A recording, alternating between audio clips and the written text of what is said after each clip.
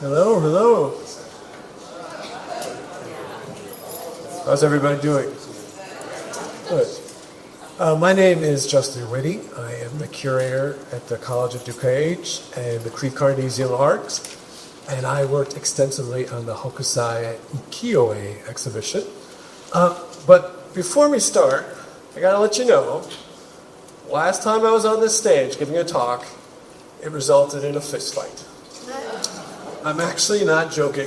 There was a fist fight the last time I gave one of these talks, and that's over something as silly as people got arguing about their cell phone usage. So I would just ask, if you have not already, please silence your cell phones so we don't have to deal with that again. And if you do feel the need to partake in fisticuffs, please quietly exit the building and carry this and carry it out on your own time. So I wanted to start by also letting you know that the exhibition in the Cleve Carney Museum of Art is an adaptation of a show that was originally in Rome last year. So I am not the original curator of that exhibition. That is Rosella Menegazzo. And I say that because I want to be clear that I am not a historical expert on Japan or the Edo period or this work, although I have learned a great deal in the months of preparation and design for this exhibition. But just in case I say something slightly off or wrong or unable to answer your question, I'm just apologizing in advance. So I thought what might be interesting today, instead of kind of reformatting a lot of the information that's available to you out in the exhibition, I would share some of the thoughts and observations I've had during this process about this work, about this time period, and it's kind of thoughts I've had during my hot ukiyo-e summer. We start the exhibition talking about the Edo period and defining that. And it is incredibly important in setting the framework for the development of ukiyo-e art and also the history of Japan. For those of you who had not gone through the exhibition, we're defining the Edo period as a period from 1603 to 1868. And it's important because it followed about 140 years of political unrest in Japan, where different leaders in different regions of the country were literally at war and warring with each other. So it was a very unstable time. And it was the beginning of the Tokugawa shogunate, which brought in an era of peace and stability through what was a very strong armed government that controlled much of the country in a strong way, but that allowed for a certain level of peace and prosperity to develop, which allowed for then the culture that created ukiyo-e to develop. And it's also during that period that Edo, or Tokyo, became the center of the civic and political world in Japan. That's why it's called the Edo era. But it's interesting in a few other ways. It's also a period largely defined by Japan's isolation from the rest of the world. There was an intentional move to isolate the country from the rest of the world. Now, there were a lot of issues with that, as you can imagine. But one of the outcomes was the development of arts and culture that was developed in a way that was unique and kind of wonderful, separate from the rest of the world. So that's how we start explaining this exhibition. And it's important, but there's another thing I want to point out, because we often talk about, the Edo period. Like it was like, there's that Edo period, it was just, there was a few people during the whole period. We're talking about a period of 265 years, right? We just start the exhibition and say, there's this period and all this work is unified in this period. 265 years. For comparison, if at the end of the Edo period, we started another Edo period of the same length, it would not be over until 2134.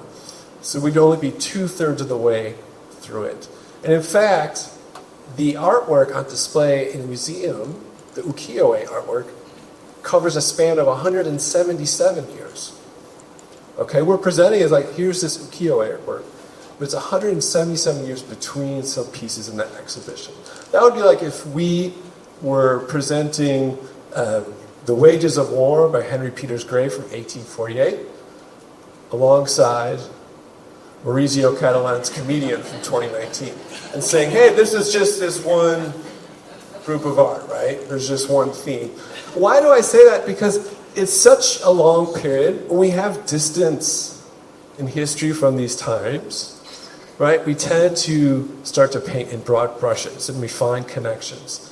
But I say it because the more I think about this, there's so much complexity and things happening in such a length of time. If you were to ask one of those artists in our exhibition, Hokusai Ukiyo-e, what they thought of like Miyagawa Koshun's work from the 1700s, like, why? That was so long ago. That was like 100 years ago. You know, we're not the same. It's totally different. And I think it's good to have that perspective because although we are drawing connections to show what was forming that work and how it developed, there is a lot of difference between the artists, and we're talking about a very long, complex period of time. And a period of time, when you think about it, starting in 1603, when you think about this area in 1603, it was just probably prairie and woods, right? So it also points to the incredible history and wealth of culture that exists in Japan and Japan's history. So that's one thing I think it's important to keep in mind, and I've been thinking a lot about. But within that, you know, some things kind of always stay the same. And even though we're covering a great period of time, I've really noticed that the stories and lives of artists seem to have a similar path, whether they're from the 1800s or the 1980s, like Andy Warhol here. And a lot of the artists that we display have fascinating stories, and their personal stories follow a pattern I tend to see with a lot of artists that we've presented and that we know. Foremost, of course, is Hokusai. Our exhibition is called Hokusai and Ukiyo-e, The Floating World. Hokusai is just one of 16 artists on display, and he's not even the artist we have the most work of. The reason we wanted to use him to frame this exhibition in a way is because his personal story is so fascinating and it covered such a unique period of development in the ukiyo-e style, and because he's so identifiable. So a little bit about this artist and this interesting life. Born in 1760, he started working as a young child, as an artist, apprenticing. He changed his name over 30 times in his life. And why is that, you might ask?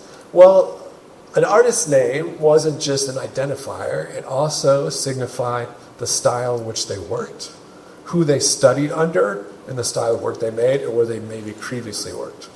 So an example I often give is if I worked at Walmart, which after this talk I may have to, I might be called Justin of Walmart. And then if I left Walmart to go to Target, I would be Justin of Target, formerly of Walmart. And then if I eventually ended up IKEA, I would be formerly of Walmart and Target, now of IKEA. So a lot of the names he chose refer to kind of the schools that he was part of at the time, the change in his style, or if he left different schools of study, if he went out on his own to produce his own work. But it's also because he was kind of eccentric that he changed it even more than most artists.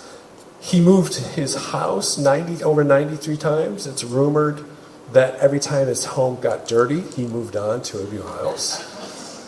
I have to think of that as like the housing market, the early 2000s, very similar thing. But it's also because he was really a showman, right? Just like artists of today, he knew that he had to be kind of larger than life to capture people's imagination. Especially as he got older. In his 40s, he got known for very performative acts. He would tell people that every morning he would wake up and do a drawing of a dragon and throw it out the window for good luck. Famously, he twice, first in 1804 and then 1817, he advertised a public large-scale painting that he would do for free to the public. You actually see a flyer for it here for the 1817 performance of the Great Dharma. This was over a 90-foot piece. He painted it with a broom, with ink, and he advertised this. The great Hokusai will be creating this great drawing. So he understood performance. And then one of my favorite stories is when he entered a painting contest in 1807. And he painted a large swath of blue, and then took a chicken, dipped his feet in red paint, and let it run across the water, and say it was leaves floating on the river. Beautiful, but very contemporary as well, right? So he had a real sense of that performative aspect. And that's something we always notice with artists. The ones that kind of make it through our history are not only good at their trade, but they're good at kind of building their own story. But it continues with Hokusai. At age 50, he was struck by lightning, which was followed by a very successful period in his life. So he once again changed his name to Taido, meaning star-blessed. It is also during this period where he started publishing what were his most influential works. And no, it's not the wave. It was his manga. So manga, some of you may think of Japanese comic books when you hear that term. He named his sketchbooks that he published and then sold manga to mean like whimsical or prompted drawings. And what they were literally his sketchbooks. Page by page, it was drawings of everything. One page would be sumo wrestlers, then it would be fishermen, then all sorts of fish from the sea, fantastic creatures. But because he did this and it was so popular, he created over 15 volumes. And they spread throughout, not only Japan, but eventually throughout the world. Because he did that and he called it manga, he's often considered the grandfather of manga. Now, we've had speakers come here and other experts say, no, he's not really the grandfather of manga like Japanese comics because these sketchbooks were not sequential narratives like a sketchbook is, right? You don't see frame 1, I'm going to the store, frame 2, I'm coming back from the store. I'm really horrible at comics. I go to the store, I go back to the store. But instead, what I'd argue is there is an argument to be made that he actually is very influential on that style of storytelling. Because when you look at his manga, they're incredibly expressive, black and white line drawings of all these different people or objects, done in a way that was very unusual for the time. So if you see at the top here, you see on the left 2 pages from a Hokusai manga, and you see this warrior on a horse. It was very common to show figures in action like that spread across 2 frames. You also see the rain coming down in a diagonal to give a sense of movement and dynamism to the image. And if you compare that to the panel right next to it from the very popular Japanese comic from the 70s and 80s, Lone Wolf and Cub, you see a lot of similarities in style of representation. The same can be said, the bottom here in a Hokusai manga, you have a warrior, kind of these fantastic creatures. I almost imagine if you merge them together, you get very close to this image of Godzilla from this Godzilla manga.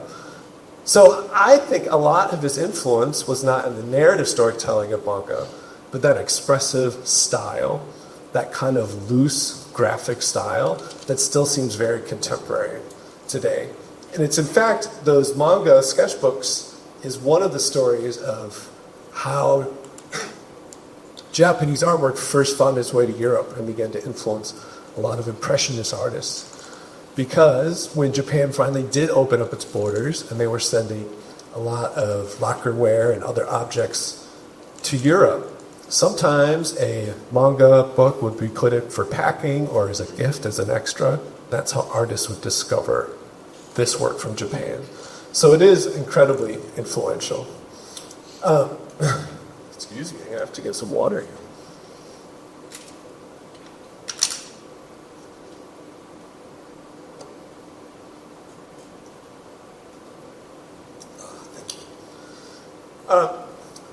Then we're talking about the trajectory of an artist's life. There's always trial, tribulation, right? So when he was 70, he had planned to retire and passed on his name, Hokusai. However, his grandson had put his family in great financial stress because of his gambling and his debts. And he went bankrupt, and he and his daughter Oi, who had moved in with him at the time, were forced to move into a temple. They were so impoverished. So he had to make some money. So he went to his publisher, and he said, I really got to make some money. What would be a popular subject matter to focus on? And the publisher said, everyone loves Mount Fuji, images of Mount Fuji. And that was the impetus for his famous 36 views of Mount Fuji. Now he had given his name away, so now he signed this famous series of works. It's Itsu, formerly known as Hokusai.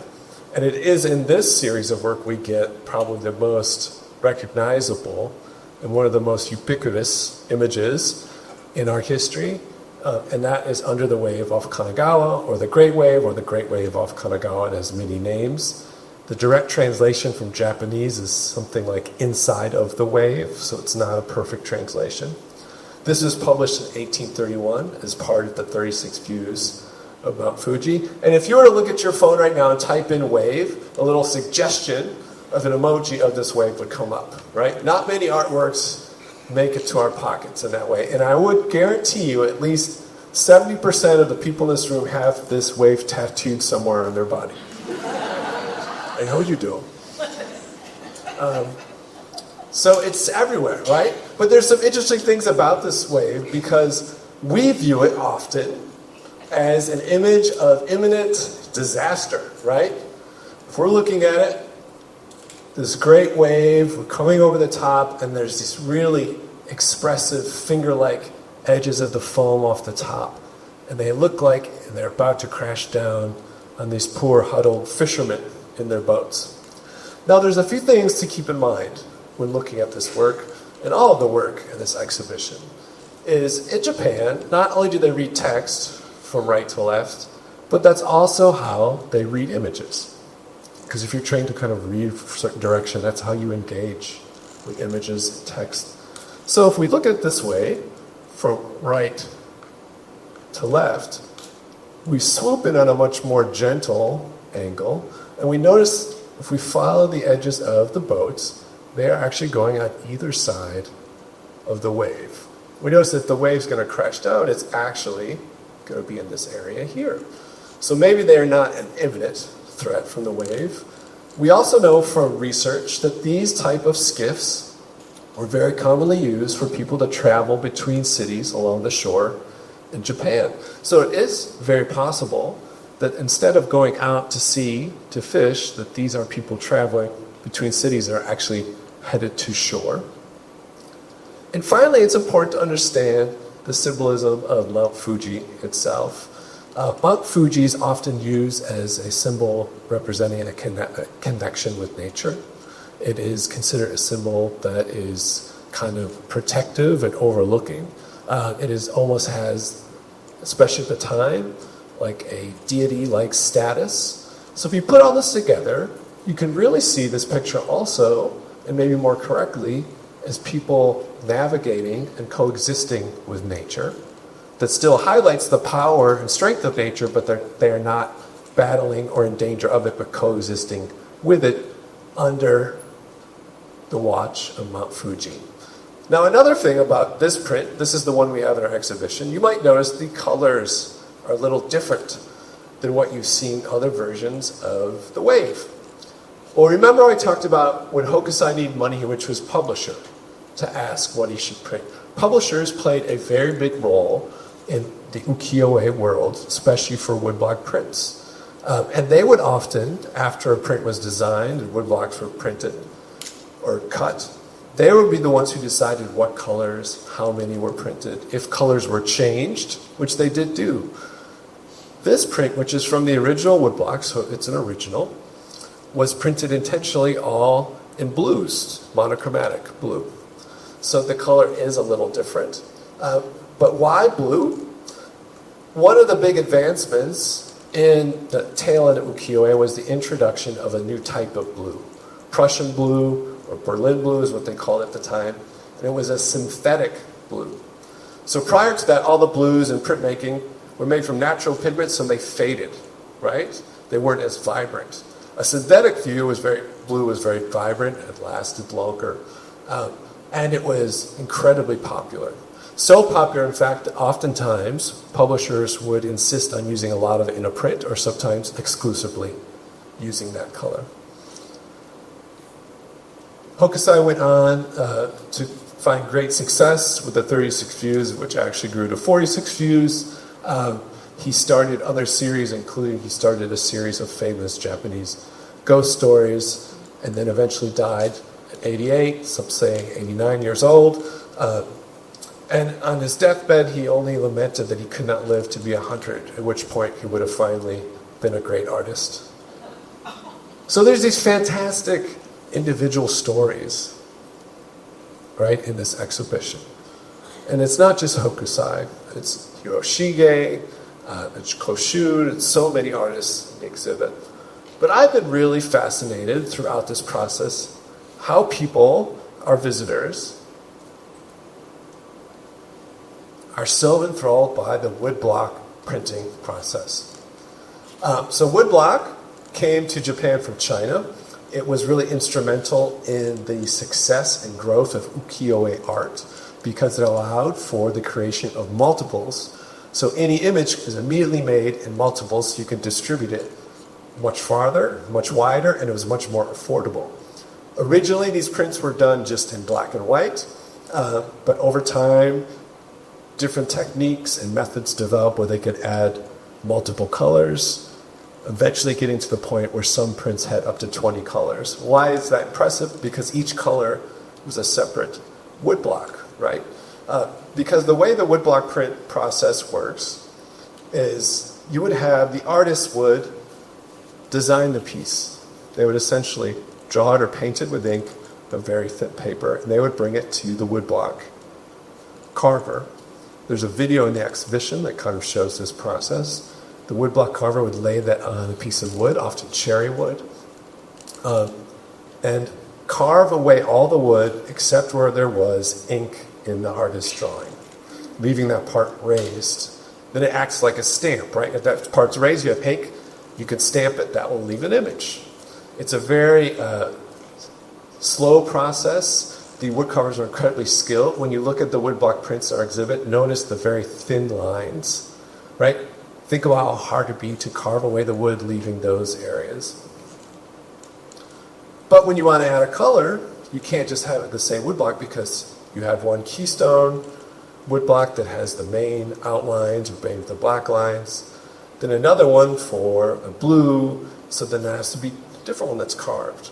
So then the printer is inking these, pressing them on a piece of paper. They have to line up each woodblock perfectly to make that like really rich, colorful image.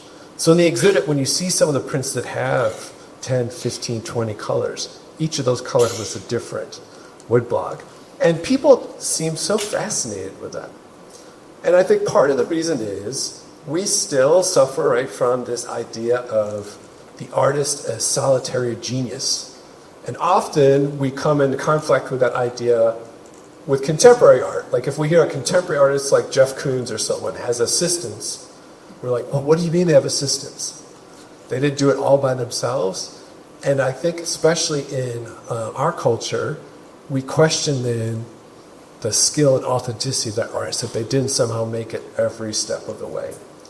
So here, for a lot of our visitors, they're learning that artists who've created some of the most iconic works in our history were just one part of a full team of creative makers who made these prints, right? And I think that it's fascinating because it's a revelation, but also it goes counter to this myth that we still kind of perpetuate, that there are kind of chosen artistic geniuses who work on their own and are completely isolated and do not rely on the other creative people around them. But this collaborative process has always worked with these artists, and it's interesting because one of the artists today who has one of the biggest studios, the most assistants, and often gets the most criticism because of it, is the world-famous Japanese artist Murakami. Is anyone know Murakami's work? He has huge studios of artists that help him and assist him. But when you realize that's just part of a long history of art making, it's not as threatening to you or a lot of people. Another big thing I've noticed throughout this exhibition is the intentionality, details, and precision involved in this work. So here we have two of the hanging scrolls from the exhibition.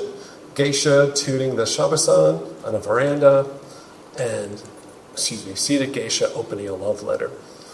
Now, what I've found through installing these, working this work, is not only are the paintings and prints incredibly detailed and have a beautiful juxtaposition of pattern and color, very dynamic flowing compositions, but every aspect of how they're presented is so considered and exact. For example, the tassels you'll see on the top of the hanging scrolls, they only serve the function of an aesthetic function. They are there to add to the framing and aesthetic presentation of the scrolls. They are meant just to hang there. Almost think about like how a frame works on a Western piece. And then that fabric often matches the fabric strips on top and bottom of the paintings, which are done on silk. And then they're all mounted on beautifully hand-painted and handmade fabrics and materials.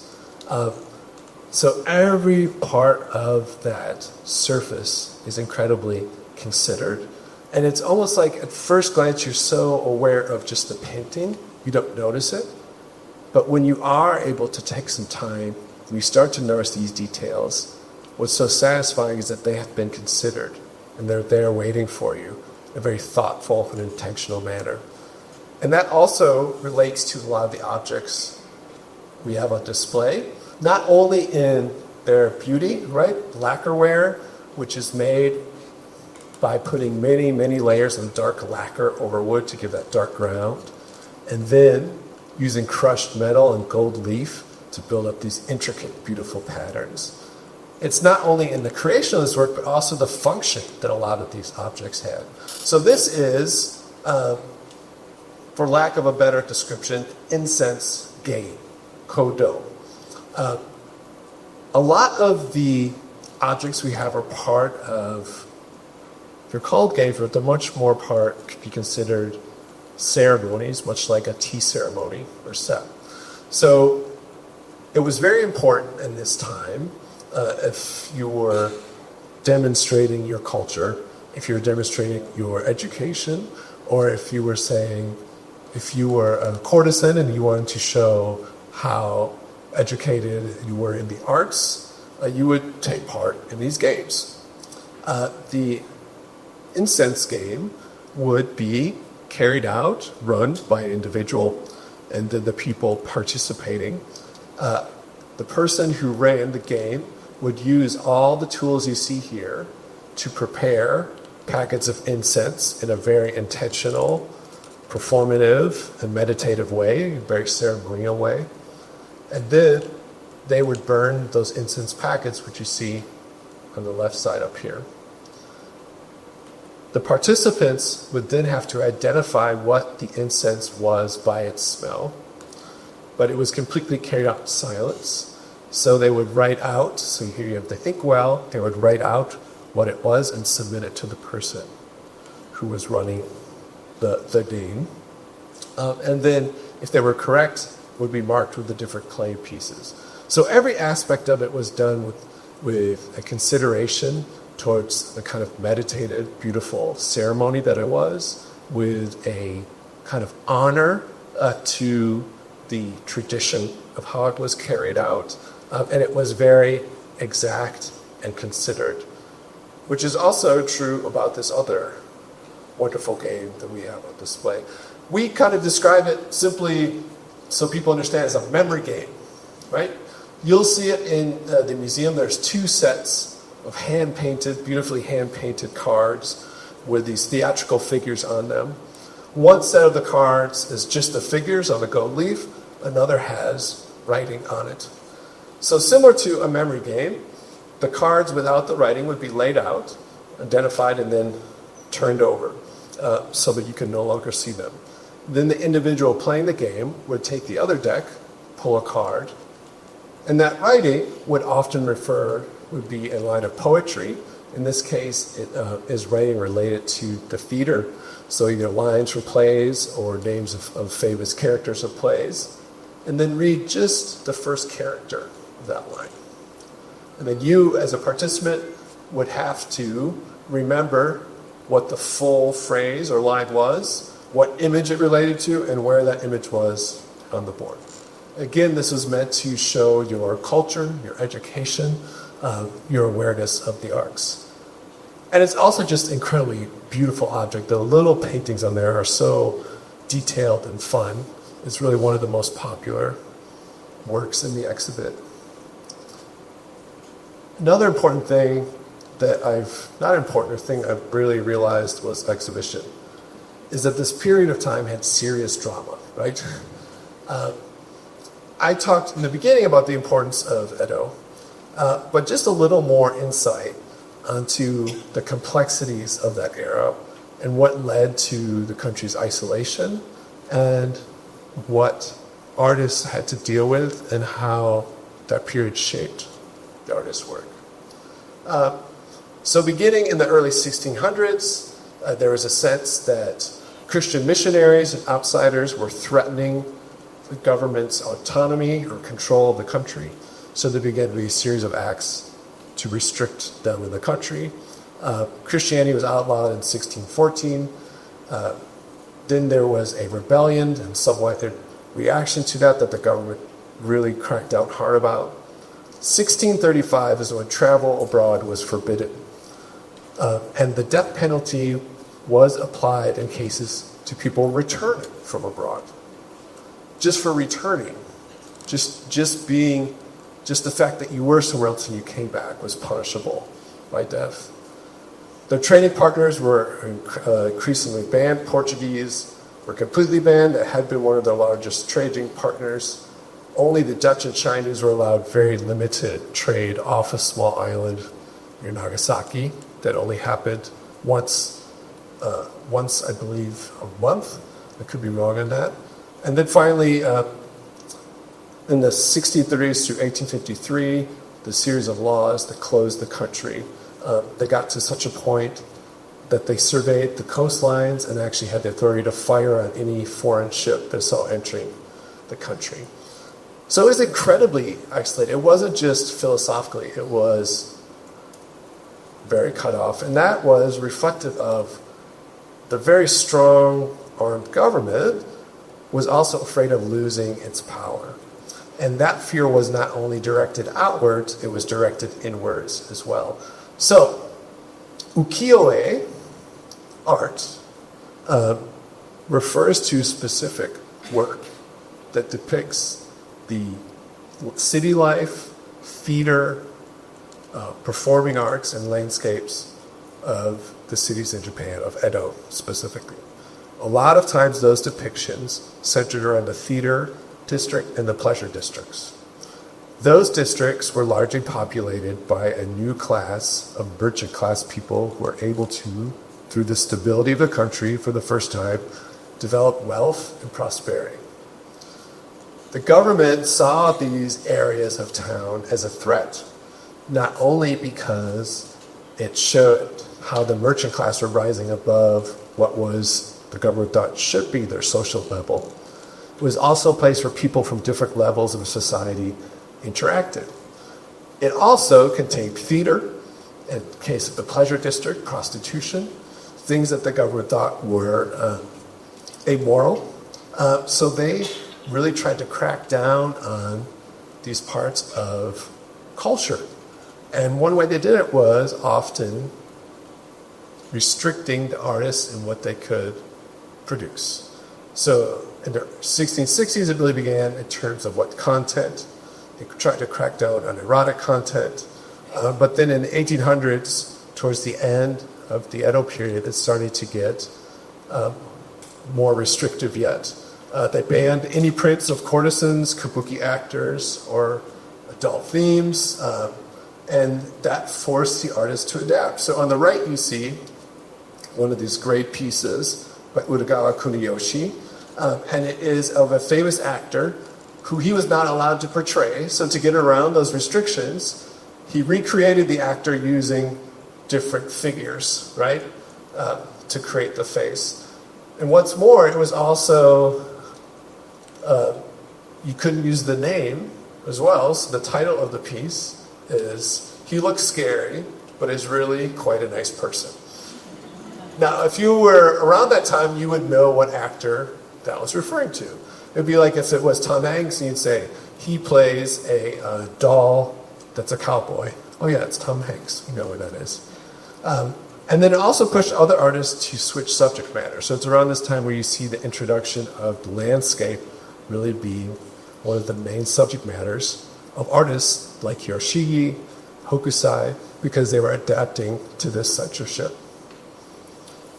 Every print created required an official censor's seal. Inappropriate woodblocks were confiscated and destroyed. So there was a real attempt to crack down on ukiyo-e art because it was viewed as a symbolism of something that was threatening to the government at the time. So that's one of the complexities that was occurring to this period. And another one that I think is important to acknowledge is that one of the main subject matters of a lot of the work is what we politely call beauty, right? These are often geisha and courtesan, some of whom were very famous in Edo Japan because of their skill in performing arts or other arts, because of their beauty. And they, in a way, really became images that defined an ideal of beauty at the time and even today. But it's good to be clear on the lives that these women lived, right? Geisha were just trained entertainers. Courtesans were high-level escorts, essentially, but they were also trained in the arts. And some of them were quite famous for their skill in the arts. But these were basically indentured servants, right? Oftentimes they were sold as young girls. They were kept in walled-off quarters of the city. They could not choose who their clients were, and often they were intentionally kept in debt, so they could not escape. Their only hope was to potentially marry out of it or somehow buy their way out of their servitude. And I think it's important to acknowledge the complexity both in how the government existed at the time, but also since beauties are such a main subject matter and what we associate so much with artwork from this period in Japan, to also say there's more going on there. And that complexity and acknowledge of it doesn't diminish the beauty of the artwork. But I think it's important to acknowledge because it also sees these people as individuals. It shows the complexity and challenges they faced. And it does that alongside highlighting the fact that they were often very skilled artists and performers. And I think it also relates, when we think about that long span of time we talked about at the beginning, and how even though it seems so overwhelming, we can identify the story of these artists. I think we can also identify with the reality of complexities in life we experience. One issue I think that can happen when you're looking at work that seems in the distant past is you separate it from yourself. And it's important to realize that it's still part of this very complicated story of humanity.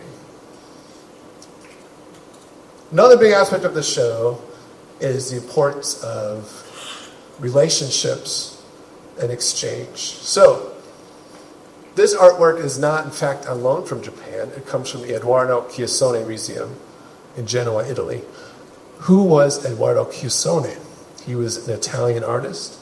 He was an engraver. His first big job out of the Art Academy in Genoa was to travel the country of Italy to create etchings of famous buildings and locations. He eventually went on to get a job in Germany for a company that helped industries and countries develop advanced engraving and printmaking techniques, specifically for the creation of banknotes.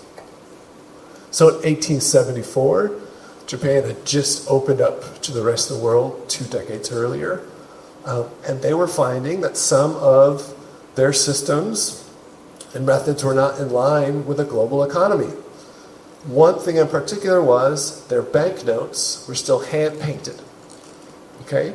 So you can imagine there's some problems with that. Counterfeit, the speed in which you could produce them, verification. So they approached this company in Germany to help them update their production of their banknotes. The German company sent Ukiyo-e to Japan in 1874. He ended up spending the remainder of his life there, over 2 decades. He helped develop a lot of the first banknotes, modern banknotes in Japan. But he also became very esteemed as an artist himself. The only Western artist ever allowed to create portraits of the emperor and his family. But while he was there, he also fell in love with the artwork. Because this was culture and art that was closed off for almost 300 years from the rest of the world. So just like it was eye-opening to artists like Vincent van Gogh and Toulouse-Lautrec in Europe, so too was it to Eduardo Ukiyo-e. So he started to amass a collection which ultimately reached a number of 15,000 works. When he died, he left his collection to the Art Academy in Genoa, where he studied under the guidance of the city of Genoa. It was returned there. And in 1901, the Eduardo Ukiyo-e Museum opened in a small villa on the campus of the Art Academy. And a lot of these works that we have in display were in that museum in 1901. So here you see some images from the exhibition. So that museum, 1901, up until 1942. 1942,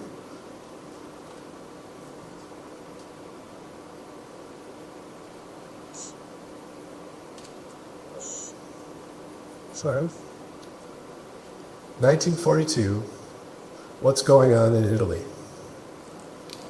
World War II, right? Genoa is a port city, and in 1942, it was being aggressively bombed by the Royal Air Force, allies of the United States, and just like in the rest of Europe, there were individuals, like the monument men, rushing around the country trying to preserve artworks and different items that may be in danger during this bombing. A lot of the work in the Ukiyo-e was moved out of that villa that was the museum, moved to the countryside to safe locations, and none of it was destroyed in the bombing. Some of it, however, was damaged in moving. So here we see a shamisen guitar that was damaged in 1942. There was either something stacked on it or it was dropped, and you see the large rip on the top and also the leather on the bottom separating from the wood of the guitar base. So that museum was destroyed, and eventually the Ukiyo-e Museum reopened in 1970 in a new museum where the collection is today. Now we'll get back to this in a second, because I've also been thinking a lot about this in relationship to this work. This is not a piece in the Hokusai exhibition, but it's from the College of DuPage Permanent Art Collection. If you go to the back end of the Art Center on the second floor, you'll find it on a single kind of green wall in the upstairs hallway. And it's by the Chicago artist Miyoko Ito, Sea Window, 1968. Miyoko Ito was a kind of big influence on the Chicago Imagists. She went to the Art Institute of Chicago, but she actually grew up in Berkeley, California. Her parents were Japanese. When she was young, because of financial issues, she actually moved back to Japan for 5 years, and that experience was very influential in the development of her work. And she's gone kind of largely unrecognized until recently, where her work's quite popular. She eventually returned to Berkeley and found herself studying art at University of California, Berkeley. Her senior year, she was forced to leave the school as her family, and community was forcibly interned at a Japanese internment camp at a former racetrack outside of California. Now, I bring this up because during this exhibition, we also celebrated the 80th anniversary of the U.S. dropping atomic bombs on Nagasaki and Hiroshima. Now, I don't mention that or the other part of World War II in any way to question the moral stance of the U.S. In fact, I am the grandson of someone who spent 2.5 years in a Nazi prison, who was tortured there. But I just say, how is it that just 80 years ago, with Italy and Japan, we were engaged in the ultimate expression of conflict? 80 years ago, think about that big span of time I talked about at the beginning, 270 years. 80 years is a blip. And here we are, celebrating this exhibition of Japanese work brought to us by an Italian museum. That seems impossible. Without discussing any of the politics behind it, just the unbelievable damage caused by that conflict, how can we find ourselves in such a short amount of time collaborating together on this exhibition? So this is that same Showa-san guitar. It has not been displayed since 1942, but in preparation for this exhibition, we were able to fund its restoration. And I think there's something beautiful in that. Because while just 80 years ago it's damaged during a period of intense conflict, we're now working in partnership with Japanese Works and Italian Museum, and we're able to restore an object to continue to tell this story. And why is that important? Because when you think about why is it in 80 years we're able to get to this point? And I think it's because of largely willingness to engage in cultural exchange. Think about it. We're at a community college outside of Chicago. We are doing a world premiere of one of the top Japanese collections in Europe from work that was collected by a man from Italy who went to Japan shortly after they opened up their borders and started his own collection. It's phenomenal. And when you see this work, one thing that happens is you look at that huge expanse of time and it starts to be broken down into individual stories. You get a sense of the people and the place.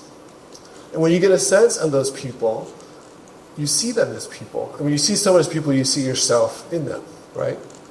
And it's through that cultural exchange that you're able to make those connections and you're able to get to a point where even the most destructive embers that existed in history are able to be quelled. So we can go from some of the worst conflicts to this moment of celebration through cultural exchange. And that brings me to my last slide, and that's an image of this print by Hokusai. I don't think Hokusai is the best artist in this exhibition. I don't think his compositions or color are the best. I think there's a number of artists who are actually better. I think Hokusai is one of the most popular artists because it captures people's imagination because of his attention to the figures in his images. This small detail of the fisherman kind of leaning over the edge of this boat in one of the pictures from the 36 views of Mount Fuji shows that he's really paying attention to the expression of that figure. He knows how to translate it. You see the women laughing on the boat. There's his attention to those individuals, to those people. And that goes back to what I think is important about this entire exhibition, and my biggest observation is that attention and awareness and discovery of yourself and the story of others. So thank you very much, and I hope you enjoyed the exhibition.